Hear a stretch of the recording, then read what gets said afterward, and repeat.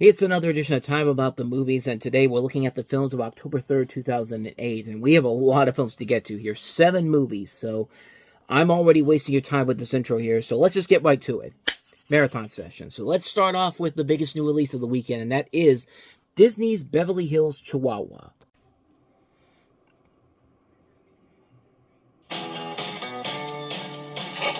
Welcome to the home of the rich and famous. I'll get you anything you want. Yes, I will. No, not you, Patrick. Where no one is more pampered and privileged than the Beverly Hills Chihuahuas. It's not easy to find a mate with papers. Hey, talk to the paw.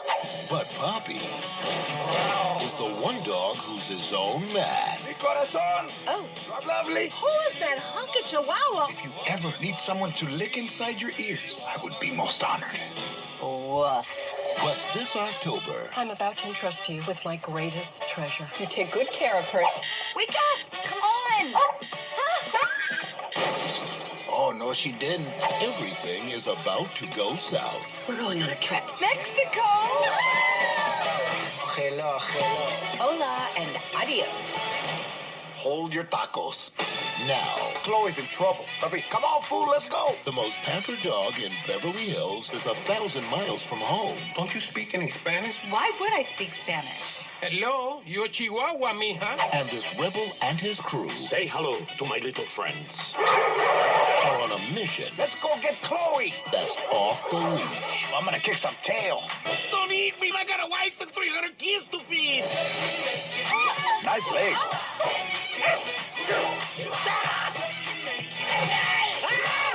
For the love of a banana. Let's get out of here. Walt Disney Pictures presents I could use a little help. Don't help. Don't help. the greatest Chihuahua movie Oh, yeah. of all time. Hey, homie. I have never had my teeth brushed before. It's minty. Beverly Hills Chihuahua. Hi, I'm Viv. I want to talk to Chloe. Would you put her on? Hi, honey.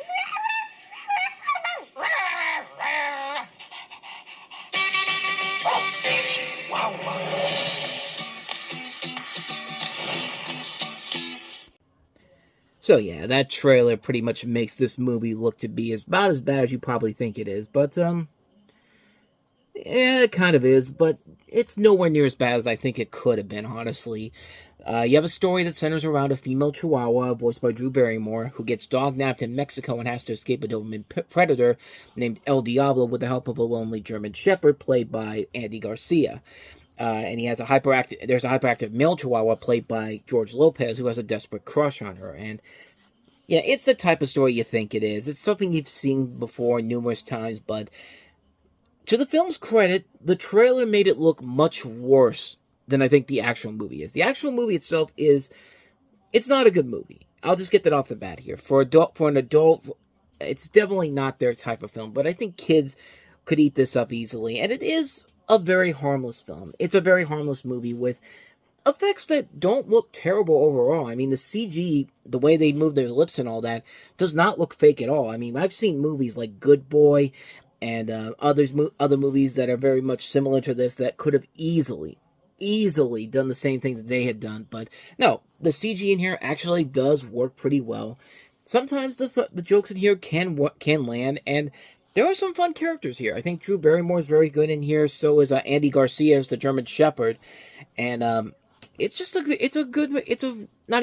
a decent film. It's a film I would say it's fine for what it is. It's definitely one where I would not say to anybody who is over the age of maybe 10, 11 years old, maybe they could probably avoid it. But for little kids, you could show this to them, and it would not be harmless in any way, shape, or form. It would be harmless in any way, shape, or form, is what I'm trying to say here. I would not, but yeah, overall, it is what it is. It's a film that you can see from the trailer, and you're either going to buy into it or you're not. And most adults will probably not buy into it, but as it is, I didn't hate it. I just thought it was just kind of mediocre, kind of bland, and certainly the trailer made it a lot worse than it could have been, so take that for what you will. So with that said, on to the next movie here. One of the good movies this weekend. That's Michael Cera and Kat Dennings and Nick and Nora's Infinite Playlist.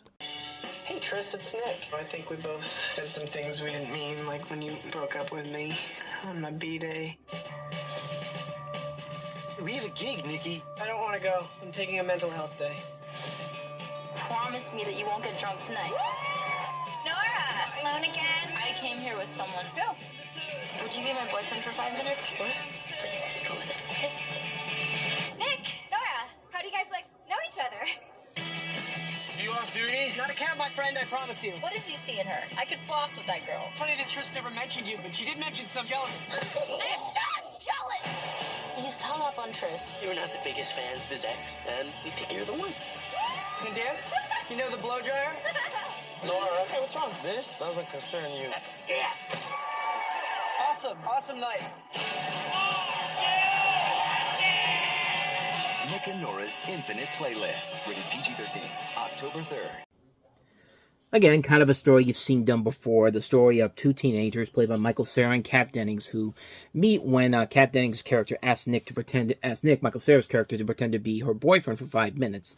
And the film takes place over the course of the night as they try to find their favorite band's secret show, as well as search for Nora's drunken best friend, played by Ari Grainer. And throughout the night, Michael Cera's ex-girlfriend, played by Alexis Dezina from Fool's Gold, keeps showing up every once in a while. And you also have characters played by Aaron Yo, Jay Baruchel, and it's a really good movie. It's definitely a very underrated film, written by Lorraine Scafina, who has made a lot of really good movies I like. Seeking a Friend for the End of the World, a criminally underrated movie. Hustlers was really good. I've not seen anything else but this director that I think was anything notable. This was probably the most notable thing he did. And it works really well. It reminds me a lot of like a more mainstream version of Before Sunrise. Instead of Ethan Hawke and Julie Delpy, you've got Michael Cera and Kat Dennings, who are two really good, capable comedic actors who are really working off each other very well. You can buy their chemistry. And they have a lot of good fun stuff in here that makes this film really worth it. The soundtrack overall is pretty decent. And yeah, it's just a good, fun movie. It's a really enjoyable film. A real fun film overall. Definitely a very underrated film. One I would say definitely check it out. So with that said, let's move on to the next movie here. David Zucker with a new spoof movie. This is An American Carol. Okay, so camera and action. He's America's most infamous filmmaker. Here I am in the island paradise, Cuba. Totally arrogant. I love America. That's why it needs to be destroyed. And completely clueless. We're the biggest slave owner in the state. Don't you worry, Master Malone. We got them bacon stains out of the upholstery. This time, he's finally gone too far. We're going to abolish July 4th. We're not shaving till they bring all the troops home. Thank you, boys. They're women. And it will come back to haunt him. Don't hurt me. I've always stood up for gay rights. I'm the angel of freaking death, you turd head. Now, 3 American spirits I am General George S. Patton.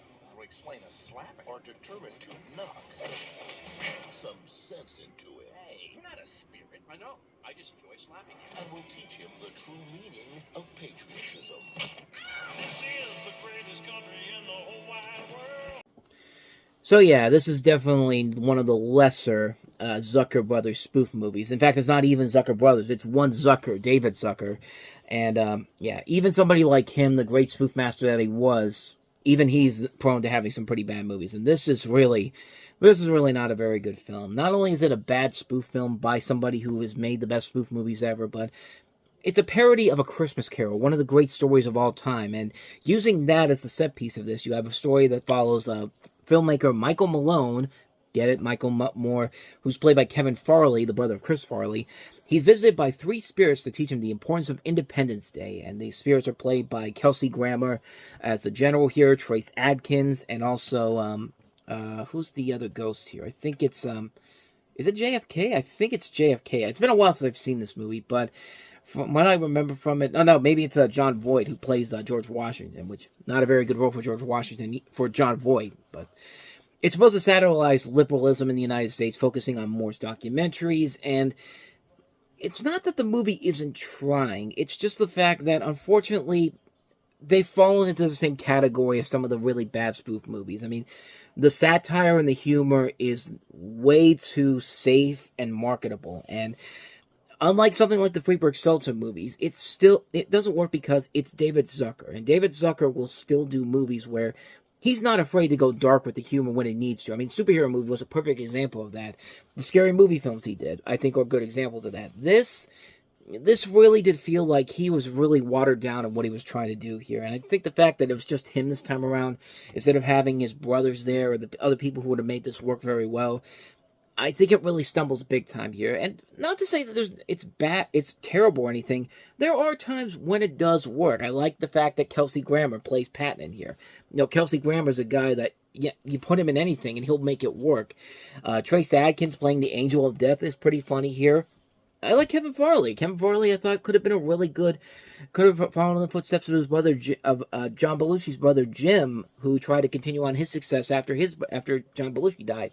Of course, as I said before, he's Chris Farley's brother, and I feel like in another world, he could have had that same kind of success that Jim Belushi has had, but unfortunately not with a movie like this. It's a film that really kind of falls apart pretty quickly, and the jokes really aren't that funny. There are cameos in here that really don't add up to much.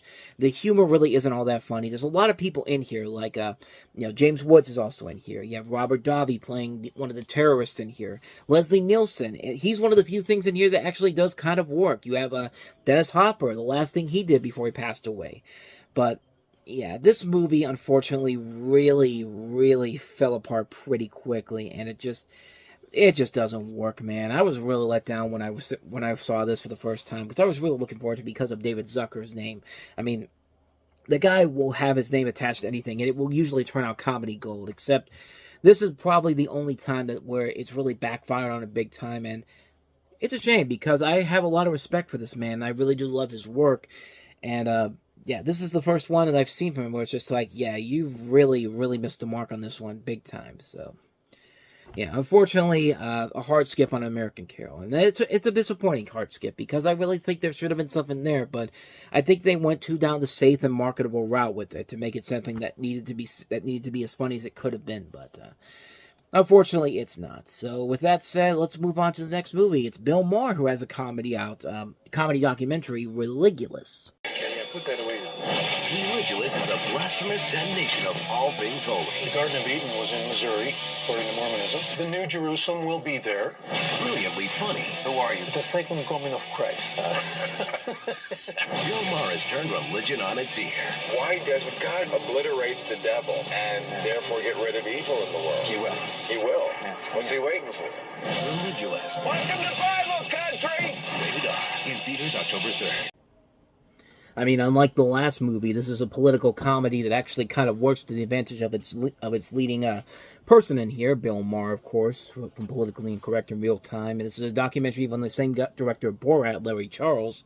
And it's a documentary examining and challenging religion and religious beliefs. And if you've ever seen Bill Maher's style of comedy, it definitely fits into what you expect from him. And it can be funny sometimes, and this is definitely a capable documentary. It's a very entertaining one that really does show what makes Bill Maher's comedy style actually kind of work, but I don't know, it's one I probably would never watch again. I was glad I got to see it the first time I did, but I've never really had any real desires to go back to it. Not because it was bad or anything, but just like, I just didn't feel the urge to go back to it after a second time around, but for a one-time watch, it's fine for what it is, so quick review on that one. So let's go ahead and move on to the next movie we have here, which is Flash of Genius. There's 20 million cars built every year, and every one of them's going to need our wiper. A man with a unique invention. Ford is very interested. They want it. A company who would do anything to get it. That is my design. An American dream he would never give up. They took this from us. Flash of Genius is a remarkable and inspiring true story about a man with unbelievable grit, determination, and heart. You'll be rooting for him all the way. It's just a windshield wiper. To me, it's the Mona Lisa. Flash of Genius. No, it's just a windshield wiper, Greg Kinnear. I'm sorry. I don't care that this was based off of a true story or not. This is a lame movie. Greg Kinnear plays Robert Kearns, and this is the story of his legal battle against the Ford Motor Company after they developed an intermittent windshield wiper based on the ideas the inventor had patented. And so he basically sues them, and there's a chance for him to get $10 million, but he says it's $50 million, I should say, but it's $50 million, and Ford's ready to pay it for him, and Greg Kinnear doesn't do it because he wants the credit for this intermittent windshield wiper. And in the end, they settle out of court for $10 million. So he lost $40 million instead of taking the $50 million that he could have had. And not only that, he destroys his marriage in the process. Lauren Graham plays his wife in the movie. And yeah, at some point, she eventually decides to leave him. And so, what do you really take away from this movie? I mean, is anybody out there really going to give you that much praise for a windshield wiper that only works not all the way through? Like, it's not something that even works all the way through. Like, if it was maybe the creation of the windshield wiper itself, maybe you could have had something there, but no, this isn't the creation of the windshield wiper. It's a different form of the windshield wiper, and it's just like, dude, you could have had $50 million, but no, you have to do it because of the principle of the whole thing, which I hate that line so much. You always hear people talking about that whenever they try to start arguments for people. It's just like, well, you know, it's the principle of the scenario. No, the principle is you want the attention to be centered on you, so you're willing to not stop until you get exactly what you want because you're an obnoxious asshole, which this guy is. I'm sorry, I don't care about this guy's story. This is a lame movie that is not inspiring or inventive whatsoever. And no, I'm not rooting for this guy at the end of it, especially considering that he lost his marriage because of this whole thing. And it's just like, it's a terrible movie. It's a terrible, terrible movie. Flash of genius, anything but that. So yeah, avoid this one like the plague. So with that said, let's go ahead and get back to some good movies. How about Simon Pegg and How to Lose Friends and Alienate People? An epidemic of blindness has broken out. I can't see. Behind the mystery Why would it goes blind like that? was a government cover-up. May I have those files, please? Our main obstacle is containment. They thought they had everyone, but they missed one woman. I can still see. From the acclaimed director of City of God and The Constant Gardener, It's up to you. What do we do next? you can make a difference. Oh my God. Blindness, rated R, starts everywhere October 3rd. Or we could jump into Blindness first before we jump into How to Lose Friends and Alienate People. That was my fault. I actually am recording this after I finished most of recording of the footage of the show already, but I realized I completely forgot to talk about this movie because it was sandwiched right between Flash of Genius and How to Lose Friends and Alienate People. But Blindness, let's talk about this. And really, we don't really need to delve too much into it, honestly, but I needed to include it in there because it did come out this weekend. You have a movie about a society that suffers from an epidemic of blindness, and those first infected are quarantined by the authorities into a mental hospital where the newly created Society of the Blind quickly breaks down. Criminals and the physically powerful prey upon the weak, hoarding the meager food rations and committing horrific acts. There is, however, one eyewitness to the nightmares. A woman, played by Julianne Moore, whose sight is unaffected by the plague, follows her afflicted husband, played by Mark Ruffalo, to quarantine. There, keeping her sight a secret, she guides 7 strangers who have become, in essence, a family, and she leads them out of quarantine and onto the ravaged streets of the city, which has seen all vestiges of civilization crumbling.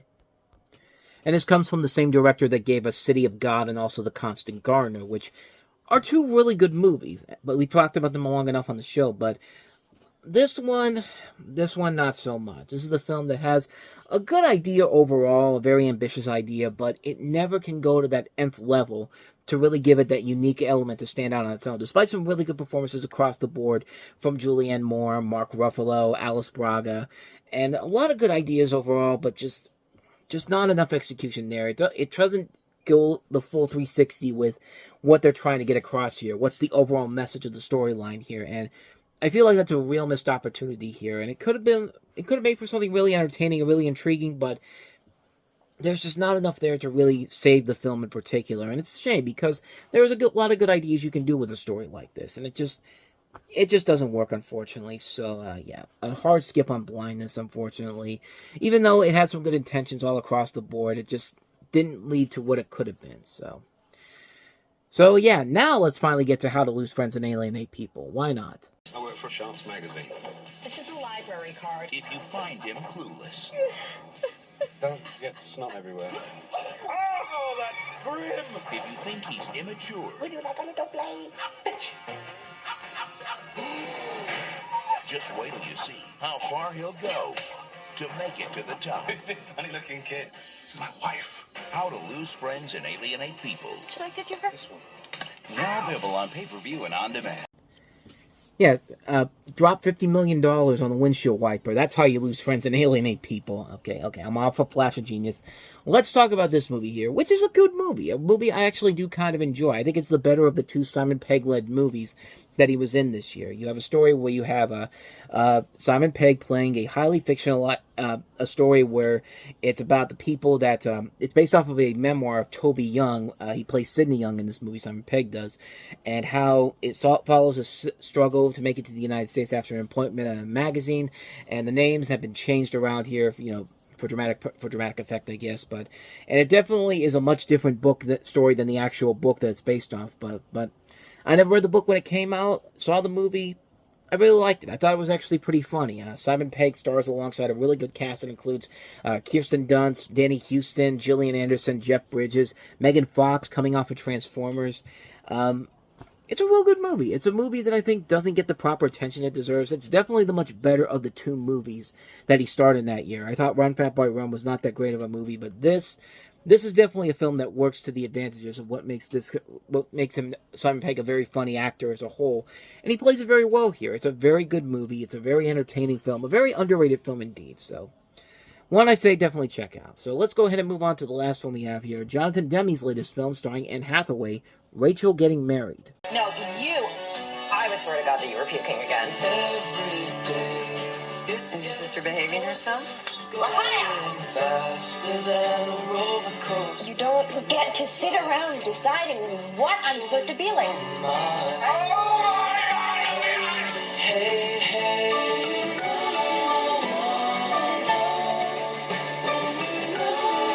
Rachel Getting Married, rated R. Now playing only in theaters. I mean, I still think Philadelphia is the best movie Jonathan Demme ever made, but this is a really good movie regardless. You have Anne Hathaway playing a young woman who's been in and out of rehab for the past 10 years, returning home for the weekend of her sister's wedding, the sister being played by Rosemary DeWitt from Mad Men. And, it's a real good movie. It's a really good movie focusing more on Anne Hathaway really being the star of this movie. I think this was the movie that really finally woke people up and made people realize that, hey, that she's not just the girl from the Princess Diaries. I mean, this is a really good actress giving a really good performance that led to her getting an Academy Award nomination, which she probably would have won had she not starred in a really bad comedy that came out just before the Oscars did. We'll get to that one eventually, but Jenny Lumet wrote this, and she wrote the infamous Remember Me, but it shows here that, hey, she can write some good stuff after all. A cast that includes Bill Irwin, Anna Devere Smith, Deborah Winger. I mean, what's the last time you saw Deborah Winger in anything noteworthy since Terms of Endearment? But this is a really good movie. It's one I really enjoyed. I thought it was a lot of fun. I thought it was a very good film overall and showed what Anne Hathaway can do as a leading actress. And it's one I say definitely check it out. It's worth it. Rachel Getting Married. And so with all that said, we wrap up another edition of Time About the Movies. Now, the next time we meet, we've got 6 movies to look at. The remake of Wreck, Quarantine. We have Ridley Scott's latest film, Body of Lies, with Leonardo DiCaprio and Russell Crowe. The new football movie, The Express, the Ernie Davis story. Gil Kennon's follow-up to Monster House with Bill Murray in the cast, City of Ember. Guy Ritchie's latest film, Rock and Rolla, and also Sally Hawkins starring in Happy Go Lucky, which ended up getting her an Academy Award nomination for that. So 6 films to look at next time around. We'll take a look at those movies coming up on tomorrow's show. But until then, thank you so much for watching. And if you want to see more videos like this, please go ahead and hit that playlist on the next page. Check out the previous episode. And also, don't forget to hit the like, subscribe, notification button, and the bell. That's when you get updates on when new videos come out. And we do post new videos here every day. And don't go too far away, because coming up on Time About the Movies Flashback, we're flashing back to June 12th of 1987 with 4 movies, including Predator with Arnold Schwarzenegger, The Witches of Eastwick with Jack Nicholson, Susan Sarandon, Michelle Pfeiffer, and Cher, The Believers with Martin Sheen, and $1 Million Mystery. So 4 films to take a look at from 1987. Coming up on Time About the Movies Flashback after I post this up, which will be right after this. So stick around, we will be back.